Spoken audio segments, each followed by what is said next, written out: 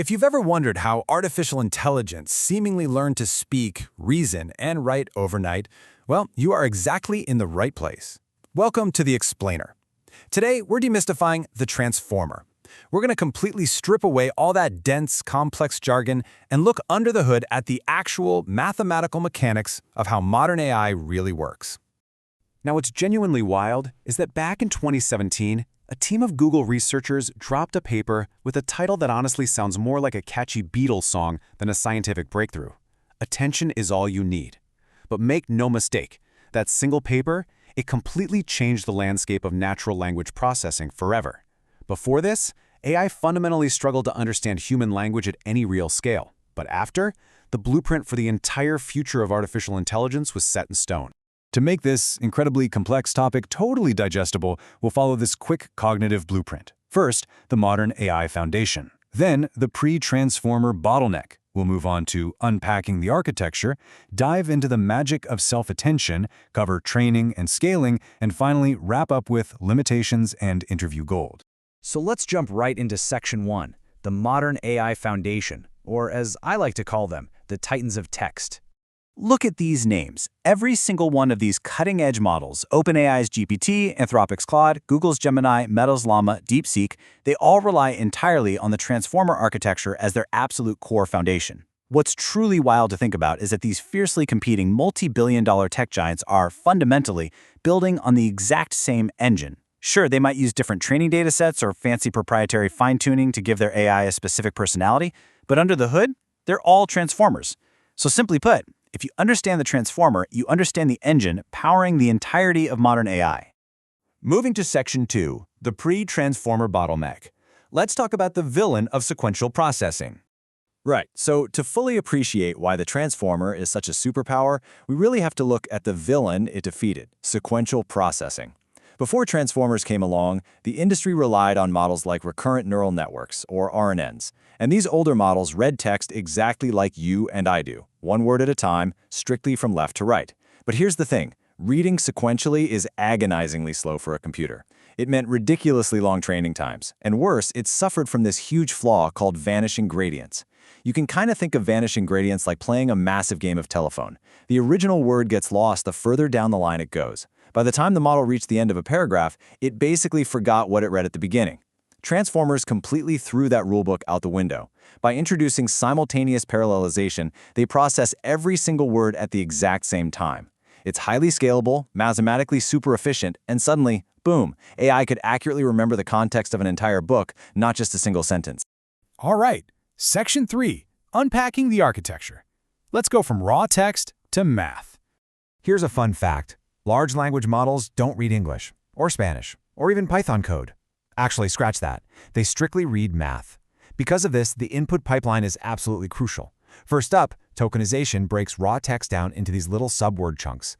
Second, embeddings convert those text chunks into high-dimensional semantic vectors. Let's unpack that for just a second. Imagine a massive multi-dimensional coordinate space. The embedding step literally turns human concepts into geometry.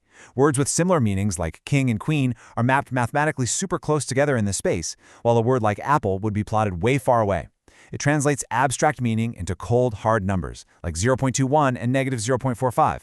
And finally, we hit step 3, positional encoding.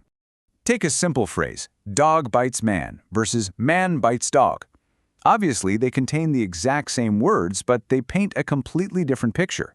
Because transformers read every single word simultaneously in one massive parallel sweep, they actually lose that natural left-to-right order of the sentence.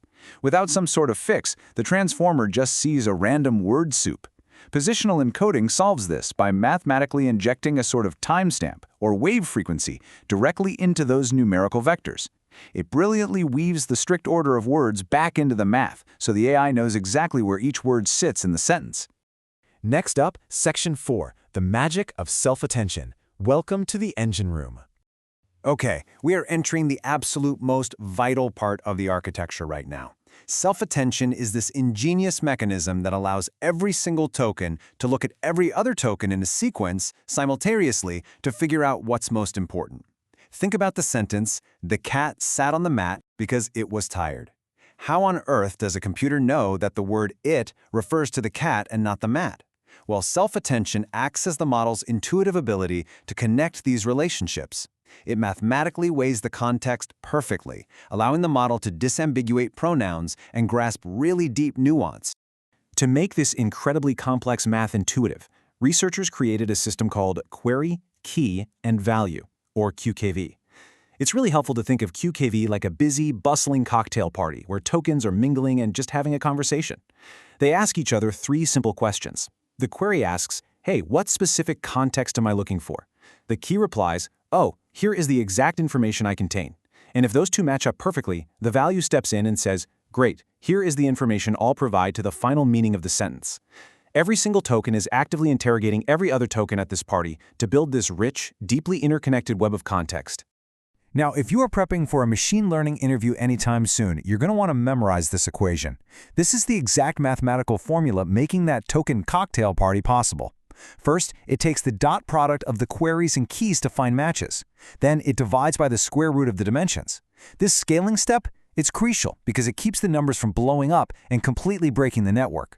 After that, it applies a softmax function. Softmax simply takes these raw, messy scores and squashes them down into clean, easy-to-read percentages that perfectly add up to 100%. Finally, it multiplies that percentage by the value. This single elegant equation is literally the beating heart of modern AI. And the brilliant part is that transformers don't just run this attention equation once. No, they use multi-head attention. If QKV is a cocktail party, multi-head attention is having multiple different parties happening in parallel, with each party analyzing a completely different aspect of the room. By running multiple attention heads at the exact same time, the model can look at the text from numerous angles. Head 1 might be entirely focused on deciphering grammar. Head 2 is scanning for deep semantics. Head 3 is studying the syntax. All of this happens at once, allowing the model to grasp multi-layered human meaning in mere fractions of a second. Rounding out the engine room, we have a few critical stabilizing components. After the attention mechanism, the data passes through feed-forward networks. These add nonlinearity, which is basically what allows the model to learn messy, complex, real-world patterns rather than just straight mathematical lines. We also have residual connections. This just means the original input skips ahead and gets added directly to the output. Without this, the data signal would slowly die out and vanish as it travels through hundreds of deep neural layers. And finally, layer normalization ensures the numbers don't get wildly big or small, which would cause a total mathematical collapse. Together, all these elements keep the learning process incredibly stable. All right, section 5, training and scaling. Let's see about teaching the machine. So, we've explored the engine. But with all these complex matrices, positional encodings, and massive parallel processing, what is the core goal we're actually trying to achieve when we train it? The answer is elegantly simple. The primary training objective for almost all large language models is next token prediction. Basically, you feed the model massive amounts of text from the internet, and you hide the very last word. If the input is, the sky is, the target the model needs to guess is blue. But it's not just taking a wild guess at one word. It's predicting the mathematical probability of the next word out of tens of thousands of possibilities. If it guesses wrong, it adjusts its internal math. If it guesses right, it strengthens those neural pathways. It learns the fundamental structure of human language simply by playing the world's absolute largest, most complex game of fill in the blank. The pipeline making that happen looks exactly like this. 1. The forward pass, where it makes its prediction. 2. Loss calculation, figuring out exactly how mathematically wrong that prediction was. 3. Backpropagation. This sends that error signal backward through the entire network. And 4. Optimization. This uses complex techniques, like gradient descent, to navigate a massive multidimensional landscape of error, tweaking the weights so it makes a better guess next time around. And because transformers parallelize everything, we can throw tens of thousands of GPUs at this exact loop, running it billions of times simultaneously. That incredible, mind-boggling scalability is exactly why transformers took over the world. Finally, Section 6, Limitations and Interview Gold. Time for the reality check. As insanely powerful as this architecture is, the hero's journey does hit some pretty strict limits. The most famous hurdle?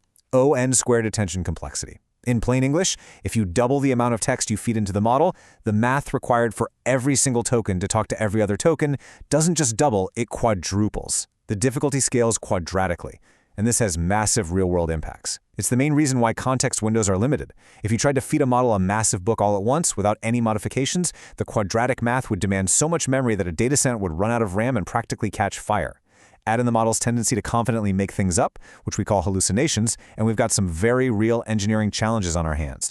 But AI researchers aren't just sitting still. The architecture is constantly evolving with brilliant innovations designed specifically to hack these limitations. Take mixture of experts, or MOE, for example. Instead of activating the entire massive neural network just to answer a simple math question, MOE acts as a super smart routing system. It only activates the specific math expert section of the model, saving enormous amounts of compute power and energy while keeping things lightning fast.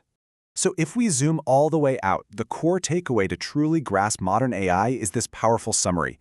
Transformers replaced recurrence with attention, enabling massive parallelization and scalable contextual learning. They literally turned human language into a simultaneous math problem, unlocked unprecedented scale, and built the very foundation of absolutely everything we see in AI today. But as researchers continually push past the limits of quadratic scaling, it leaves us with one burning question. Is the transformer the final form of artificial intelligence, or is it just the stepping stone to something even more unimaginably powerful?